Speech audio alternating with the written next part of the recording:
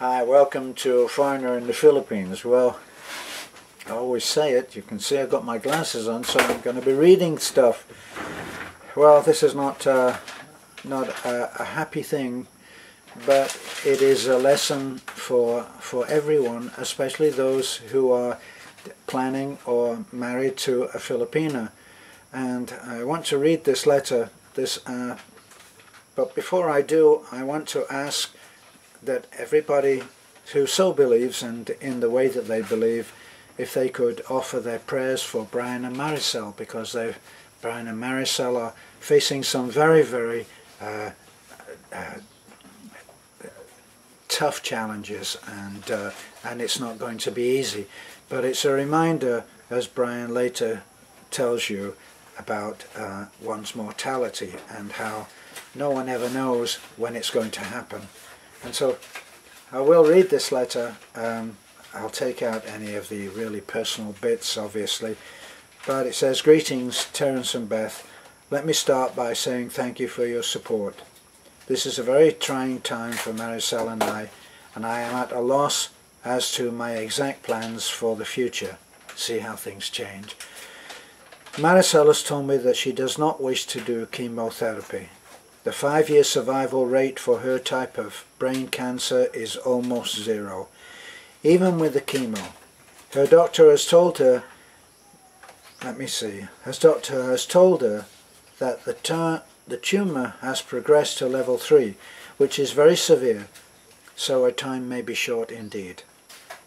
She has complained of severe headaches for all of 18 months that I have known her, and had them for years before we met. Her weight has now dropped from 52 kilos to about 40 kilos, so I feel she is already well into the 5-year window. I have assured her my plans to marry her are unchanged, and I will remain beside her through all of this." You can see the same kind of loyalty that men have for women and women have for men in this and the last letter that we got from the Sandman, that it doesn't end when you find that your partner, whether married or not, is in dire need of the support. The love just continues. "Terence, through my tears, I am reminded of my sharing of my thoughts with you about having children with her at my age." Let me just explain that I spoke to Brian, chatted to Brian a long time ago, because I had said that it was my intention to have children. And even at my age, I'm 78 this month, with my wife, who is certainly a lot younger than 78. She is in her late 20s. We still want to have children, and this is very much in accordance, in harmony with the Filipino way, that Filipinos do not see children as a burden, as something to be left with. They see children as a blessing from God. They see children as something to be cherished. And well, I always felt this. I was a single parent for many years, and I never felt that my child was a burden. I'd come to that point of realizing that after making many mistakes, but I didn't think of her as a burden. But Brian, in his case, had been, when he first met Maricel, I seem to remember that he was adamant that he didn't want children. She was adamant that she did.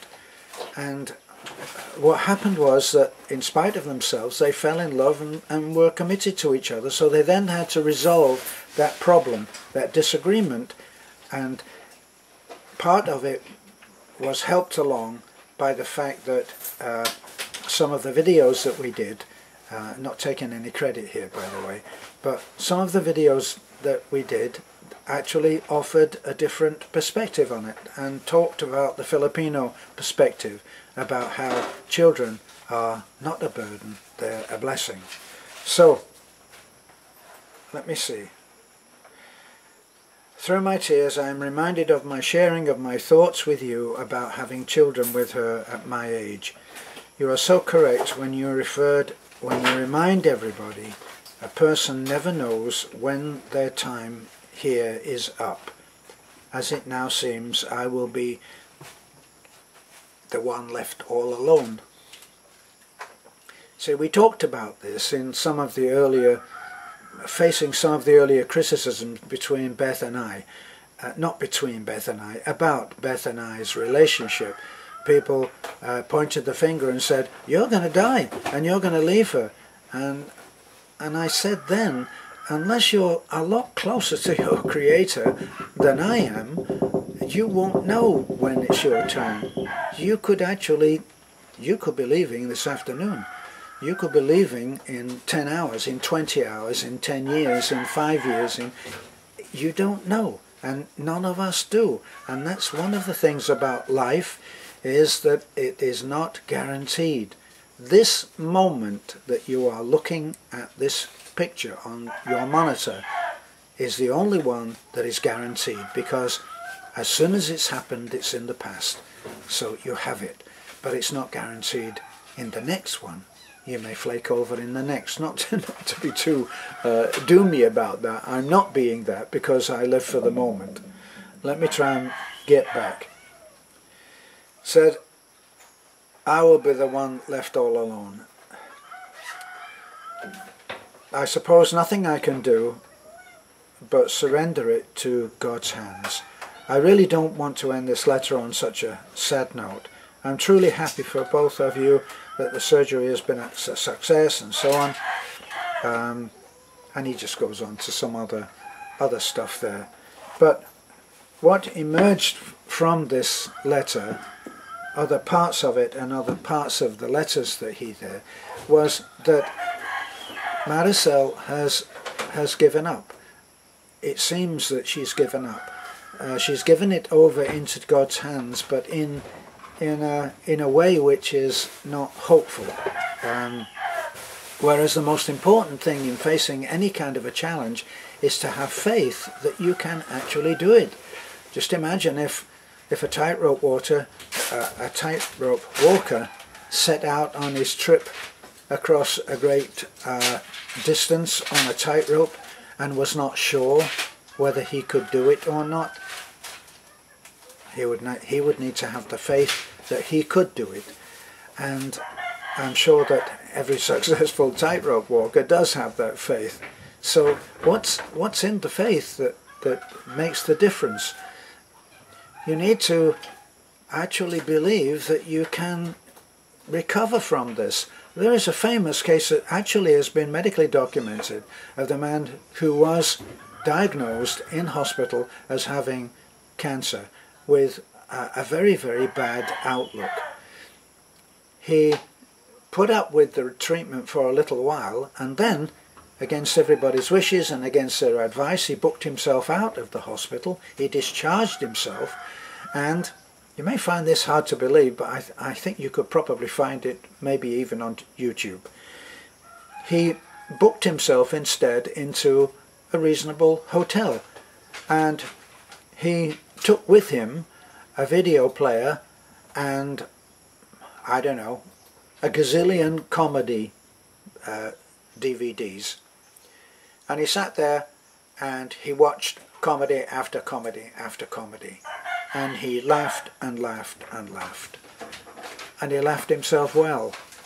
Because the thing is that if you are on that path of thinking that it's all over, you've ended the path. You haven't continued in your vision of the future a path that goes any further than, well, the end of your nose. So this is really important. So what we're looking at right now, as far as this letter goes, and how heartbreaking it is for Brian and for Maricel to have the power of your faith in whatever particular way that you believe. We won't argue right now whether Buddha or whether it's Roman Catholic or whether it's Protestant. I don't care. I just think that the power of your good intention, of your intention to see a Brian and a Maricel happily married and recovered from this great challenge that they face.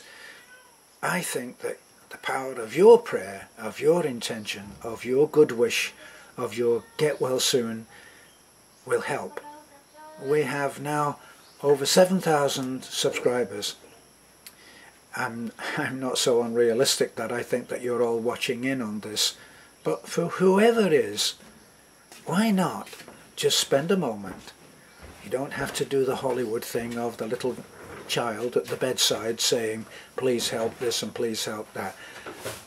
Give the power of your intention and of your thought and your wish that these two people will get help, will have the power of your intention on getting well. Brian and Maricel, we really hope that everything will turn out right. And I really think that there are organizations which are doing natural cures for people like Maricel who may have given up because they've been told that by the medical profession, who in their wisdom will give a certain diagnosis and prediction. Personally, I like the story of the man that had been told that he was going to die, and he'd been given 6 months. He takes a moment and he goes into the restroom, not the restroom, the... Excuse me. Thank you, Beth. The resting room, the leisure room, the lounge of the hospital. And he is there on the couch with his head in his hands. And an older man comes in and sits next to him. And when the young man looks up, the older man says to him, what's the problem? And he explains that he's been told that he has 6 months to live. And the old man says, well, so what? And the young man says, well, it's okay for you. I'm the one that's been told he has 6 months to live. And the old man said, I was told that I had 12 months to live. And he said, that was 12 years ago. And the young man says, well, what happened? And the old man says, I didn't believe them. That's how I prefer to think that things can go. So, thanks for looking in. This is A Foreigner in the Philippines. Please, prayers for Brian and Maricel. Bye for now.